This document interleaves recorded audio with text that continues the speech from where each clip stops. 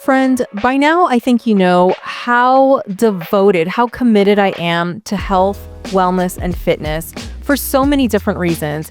But here is something that has been on my mind a lot for months, for quite a few months, pretty much since I started my journey, and it is body image and self-talk.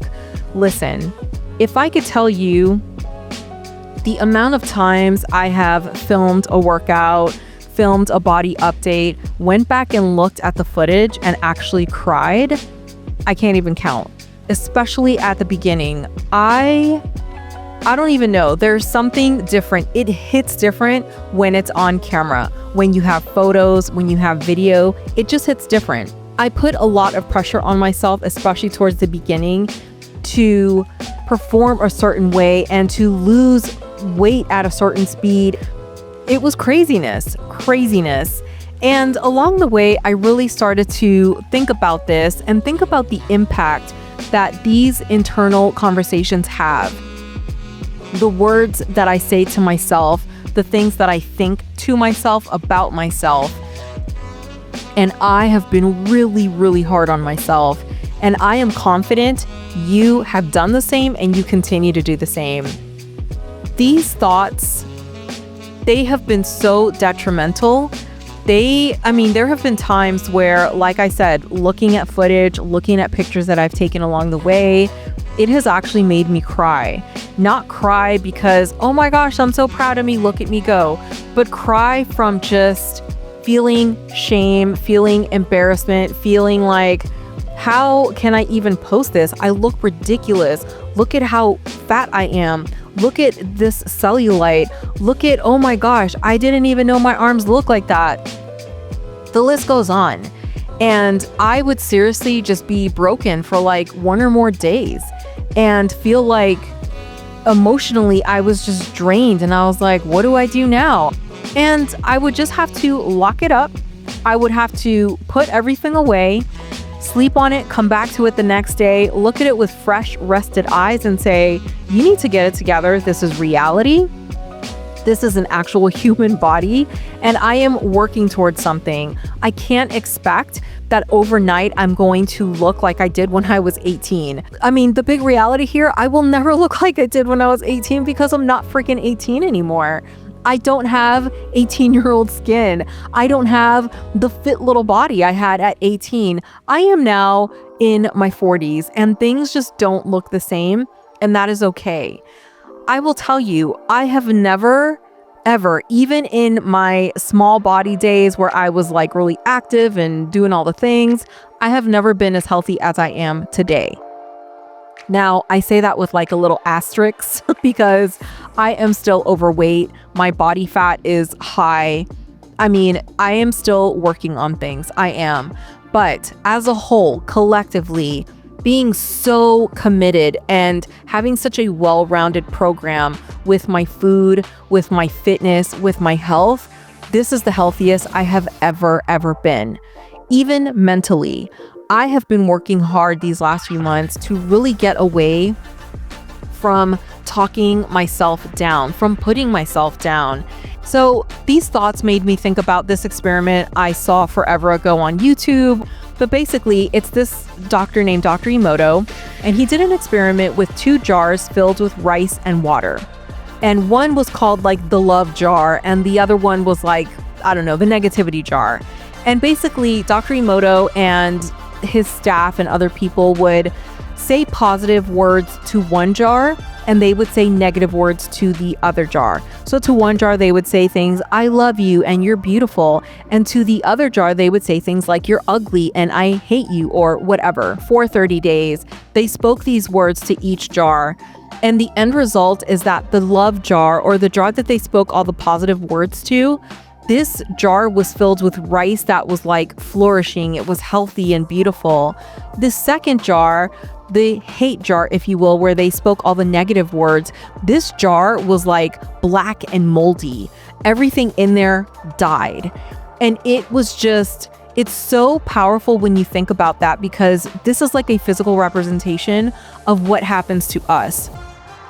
We don't think about this, but When we say these things to ourselves, it is actually impacting our body, not just our minds. It's our hearts. It is our souls. It's our cells, our organs, everything. We are talking down to our entire beautiful, magical body. And for what? For what? It's just, where do we go? Are any of us going to be on our deathbed and think, oh my gosh, I am so glad I wasted years of my life being worried about what other people thought about me and covering up my body and choosing not to go have fun with my friends because I felt like everything was too small for me and fat was poking out everywhere. Thank God, here I am on my deathbed praising the baby Jesus, or whoever you pray to, that I wasted so much time caring about this crap that literally means nothing. Listen, friend, I'm going to tell you, I just feel like no one is going to cheer you on as hard as you cheer yourself on. Just like no one is going to hit you harder with cruelty and like punishment than you will do to yourself. One of the things that I have done that I have really been conscious about is monitoring my thoughts. And I have become especially good at this in these last few months since I have been on my health, wellness, and fitness journey. So now what I try to do is I try to pay attention to all of the thoughts I have. And when I notice these thoughts come in where I'm like, oh my gosh, I look bloated today, or I look whatever, or I feel, I'm like, whoa, back it up. And I really try to take a moment to appreciate my body and give gratitude to my body. I know how incredibly fortunate I am to wake up every day, to stand on my own two legs, to walk around, to go to the gym, to get a workout in. I know how fortunate I am to do these things. It seems like a chore sometimes. There are times when I am so tired I can't even think straight, but I still get up and I go walk my puppies. I go walk with my husband. I go to the gym. I walk around my house. I get to do these things. There are so many people who are bedridden. They would love the opportunity to walk from their bed to the bathroom. They would love the opportunity to walk from the couch to the kitchen, and they can't physically do it because their bodies have broken down. They are ill. So I think about these things and I try to take a minute and say, body, I love you so much. Thank you for pumping my blood. Thank you for creating new cells. Thank you that you blink for me. I don't have to think about it. You take breaths for me. I don't have to think about it. My hair grows. My nails grow. My skin is extra glowy today. Look at that. And I had gluten and dairy a week ago, so sorry about that. But I really do try to just take a beat and change the narrative, just change the conversation, because why in the heck am I wasting time talking down to myself? I want to live a beautiful, long, healthy, joyous life, and there is no way in hell I can do that if I am constantly just belittling myself and talking down to myself.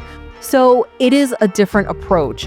Now it is all about positivity. And no matter how I'm feeling about myself, I try to talk myself up. And I'm like, no, girl, no, you are killing it. You're crushing it. Keep crushing it. Keep doing it. And not every day is going to feel fantastic. It's not going to be easy every single day, but make the effort. Just monitor your thoughts, monitor what's coming into your mind, the things that you're looking at, the things you're reading and watching, the people you're hanging out with, because all of that impacts your beautiful body, your mind, your soul. And why? Why do we give that away so freely? Why? Friend, I encourage you to take your power back. You are so freaking beautiful and powerful and strong. And above all that, you are magical. And I know it, and I want you to know it. I want you to believe it way, way down at the cellular level, because it is truth. You are not here by accident. You're just not. You're not on your journey by accident. There's a purpose for all of this. And I just want you to stay positive, keep your head up, cheer yourself on, and know that I am over here in your corner cheering you on. You are so magnificent. I hope you know that. Friend, I really, really, really appreciate you hanging out with me. I hope that you enjoyed this video, and if you did, please make sure that you give it a thumbs up, you subscribe, and you click that notification bell, because all of that really supports my channel and it means the world to me. I will see you next time.